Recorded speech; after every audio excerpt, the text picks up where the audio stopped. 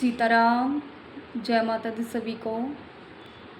तभी आज की इस वीडियो में कुछ बच्चों का मेरे पास सवाल आया था कि साधना कैसे करें, साधना की शुरुआत कैसे करें और उसके पश्चात हमने जो भी साधना की है उसको पूर्ण कैसे करें। उस साधना के द्वारा हमारे पास जो भी शक्तियाँ आई हुई होती हैं उनको पूर्ण प्रयोग करके हम कैसे अपनी साधना के क्षेत्र में आगे बढ़ सकते हैं। तो आज की इस वीडियो में मैं आपको शुरुआत से लेकर साधना की शुरुआत से लेकर अंतिम चरण तक बताऊंगी कि आपको साधना कैसे करनी है, अर्पण कैसे करनी है, भोग कैसे देना है, जाप कैसे करना है, जाप के पश्चात आपको जो आपने साधना करी है वो पूर्ण हुई है या फिर नहीं हुई है, इसके क्या संकेत होते हैं, आज की इस वीडियो में मैं आप सभी को यही बताने वाली हूँ। तो सबसे पहले आपने जो भी साधना करनी है, आप सबसे पहले संकल्प लेंगे। संकल्प लेने के लिए आपने क्या करना है, थोड़ा सा जल और गंगा जल अपने हाथ में रखना है और हो सके तो 1 रुपये का सिक्का भी आप साथ में रख सकते हैं। उसके पश्चात आपको अपना नाम, गोत्र, पिताजी का नाम और जहाँ पर जिस क्षेत्र में आप पूजा या फिर साधना कर रहे हैं उस क्षेत्र का नाम आपने लेना है। और उसके पश्चात जिस भी मंत्र की आप साधना करते हैं, जो भी आपका इष्ट देव है, अगर उसकी आप साधना करते हैं तो आप उस मंत्र का जाप कर सकते हैं। और संकल्प में आपको यही बोलना है कि मेरा नाम ये है और मेरा गोत्र, पिताजी का नाम, मेरे घर का एड्रेस ये है। उसके पश्चात मैं आपके इस मंत्र का जाप कर रहा हूँ या कर रही हूँ, ऐसा आपने बोलना है। इसके पश्चात हो जाता है आपका संकल्प कि आपने किस मंत्र की कितनी साधना करनी है। इसके बाद आती है कि आपने उस संकल्प को अर्पण कैसे करना है। जैसे ही आपने जितनी साधना या फिर जितना आपने जाप किया होता है तो उसके पश्चात जैसे ही आपका जाप पूर्ण हो जाता है तो आपने बोलना है कि जितना भी जाप मैंने किया है या जो भी मैंने साधना करी है वो मैं आपको अर्पण करने जा रहा हूँ या करने जा रही हूँ। तो जितना भी जाप मैंने किया है ये सारा जाप आपको ही ग्रहण हो, आपको ही अर्पण हो।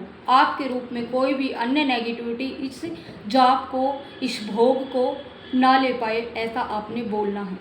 इसके पश्चात जो भी आपकी साधना होगी वो कोई भी नेगेटिविटी चुरा नहीं पाएगी।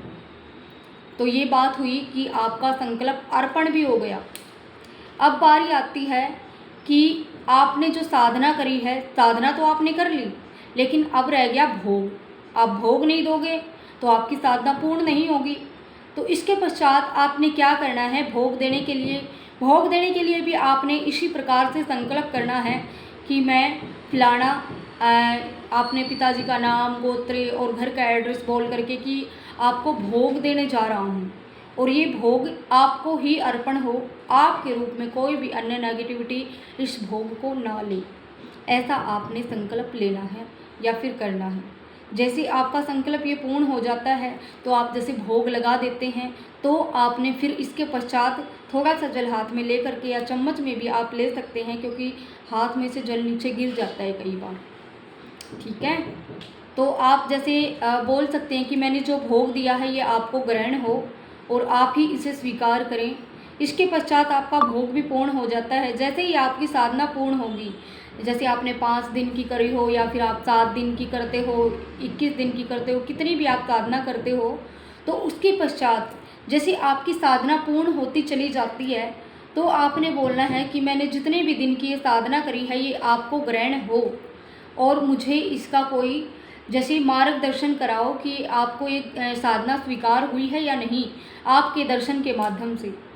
तो भी 11 से 21 दिन के अंदर आपकी बहुत ज़्यादा कठिन परीक्षाएं होंगी और साधनाओं के मध्य आपको जिसकी भी आप साधना कर रहे हो, माँ भगवती, बालाजी महाराज की, बाबा गोरखनाथ की, भगवान शिव की, माँ काली की, किसी की भी आप साधना कर रहे हो तो आपको अवश्य ही उनके दर्शन होने शुरू हो जाएंगे और आपकी बहुत ही ज़्यादा कठिन परीक्षाएं होंगी, शारीरिक, मानसिक और किसी भी प्रकार से आर्थिक रूप से भी परीक्षाएं आपकी होंगी। तो आप समझ जाना कि आपकी साधना स्वीकार हो रही है।